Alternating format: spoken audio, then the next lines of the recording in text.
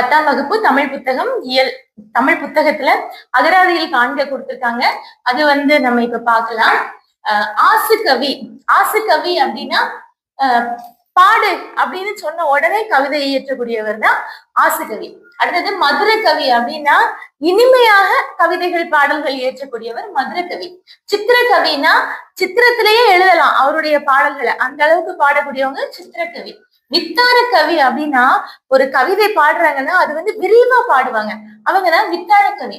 அடுத்து குணதரன்னா முனிவர், செவ்வைனா நேர்மை மிகுதி, நகல்னா நட்பு, ஏளனம், படி எடுத்தல், இந்த மாதிரியும் பொருள் இருக்கு. போட்கைக்கும் அதே மாதிரி கொள்கை, வலிமை, சிங்கம், மன உறுதி, இது மாதிரியும் பொருள் இருக்கு. இப்ப நம்ம விளக்கமா ஷார்ட்கட்ல பார்க்கலாம். ஆசுகவி.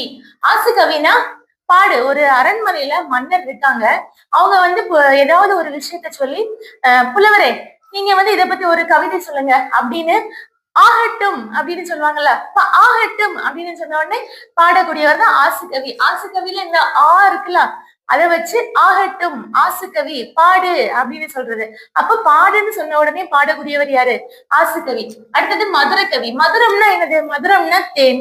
தேன் இனிமையானது. அப்ப தேன் போன்ற இனிமையான கவிதைகளை பாடக்கூடியவர்கள் யாருன்னா மதுர கவி அப்படின்னு சொல்லுவாங்க. அடுத்தது சித்திரக்கவி. இதுவும் பேர்லயே இருக்கு. சித்திரக்கவினா சித்திரத்தில் வடிக்கக்கூடிய கவிதைகளை பாடக்கூடியவங்க யாரு அப்படின்னா சித்திரக்கவி. அடுத்தது வித்தார கவி. வித்தார வீர்த்தா விரிவாக, விஸ்தாரமாக, விஸ்தாரம் விஸ்தாரமா இருக்கு அப்படின்னு சொல்லுவோம்ல, அப்போ அது விஸ்தாரம்னா அகலமான இடம், அப்போ விரிந்து கிடக்குது. அப்போ விரிவாக பாடக்கூடியவர்கள் யாருன்னா வித்தார கவி. அடுத்தது குணதரன்னா முனிவர்கள். முனிவர்கள்னாலே நல்ல குணங்கள் அவங்களுக்கு இருக்கும். திடீர்னு அவங்க ஒரு கோபத்துல சாபம் போட்டா கூட அந்த சாப விமோசனத்துக்கு என்ன வழி அதை சொல்லிக்கிட்டுதான் போவாங்க. அது அவங்களுக்கு நல்ல குணம் இருக்கு. குணதரன் அப்படின்னா முனிவர். அடுத்தது செவ்வை. செவ்வைனா நேர்மை.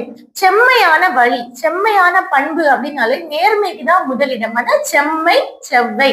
செவ்வைனா நேர்மை மிகுதி, அதாவது ரொம்ப செந்தாமரை, செவ்வானம் அப்படிலாம் சொல்லலாம். அப்ப சிகப்பு மிகுதியா இருக்கு. மிகுதியா இருக்கும்போது அதை நம்ம செவ்வானம் அப்படின்னு சொல்லுவோம். அப்ப செவ்வை நேர்மை மிகுதி.